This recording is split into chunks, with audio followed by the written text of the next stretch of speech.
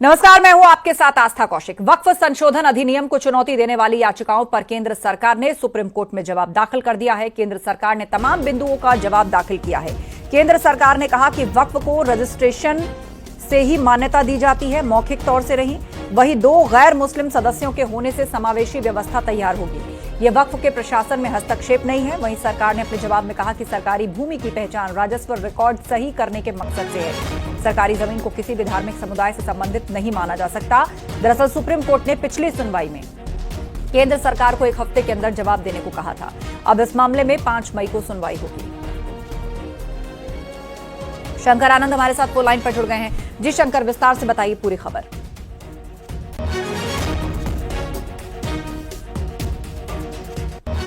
तो इस मामले में जो पिछली सुनवाई के दौरान ही कोर्ट के द्वारा निर्देश दिया गया था कि केंद्र सरकार 1 सप्ताह के अंदर में इस मामले पर जवाब दाखिल करें, क्योंकि जो केंद्र सरकार की तरफ से वकील जो पेश हुए थे, तुषार मेहता पेश हुए थे, उनका कहना था कि हमें जवाब दाखिल करने के लिए कम से कम 1 सप्ताह का वक्त दिया जाए। तो इस मामले में आज जवाब जो है केंद्र सरकार के द्वारा दाखिल किया गया, और जवाब जो दाखिल किया गया है उसका एक मजमून मैं बताना चाहता हूं कि अभी तक जिस कानून को लेकर जिस तरह से तमाम बातें निकल के आ रही थी, तो उस कानून को ही एक बेहतर तरीके से व्याख्या इस तमाम दस्तावेज में किया गया है, और कानून के बारे में बताया गया है कि कानून कितना बेहतर साबित हो सकता है, और उस कानून के जो तमाम प्रावधान हैं उसी प्रावधान को आगे बताया गया है।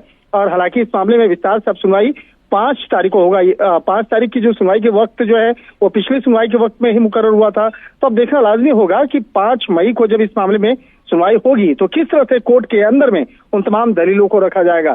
खास तौर पर जिस तरह से वो डीएम का अधिकार जो है, डीएम के अधिकार के बारे में भी जवाब दाखिल किया गया है, और दूसरा जिस तरह से रजिस्ट्रेशन की जो प्रक्रिया होती है उसको भी केंद्र सरकार के द्वारा एक विस्तार से उसको कोर्ट को बताया गया है और उसके बारे में बताया गया है। और खास तौर पर जिस तरह से कहा जा सकता है कि वो जो 3 प्रमुख जो बातें थी जो कोर्ट के समय में कोर्ट में सुनवाई के दौरान में उठाया गया था, उन तमाम मसलों को विस्तार से इन तमाम दस्तावेजों में बताया गया है। जी,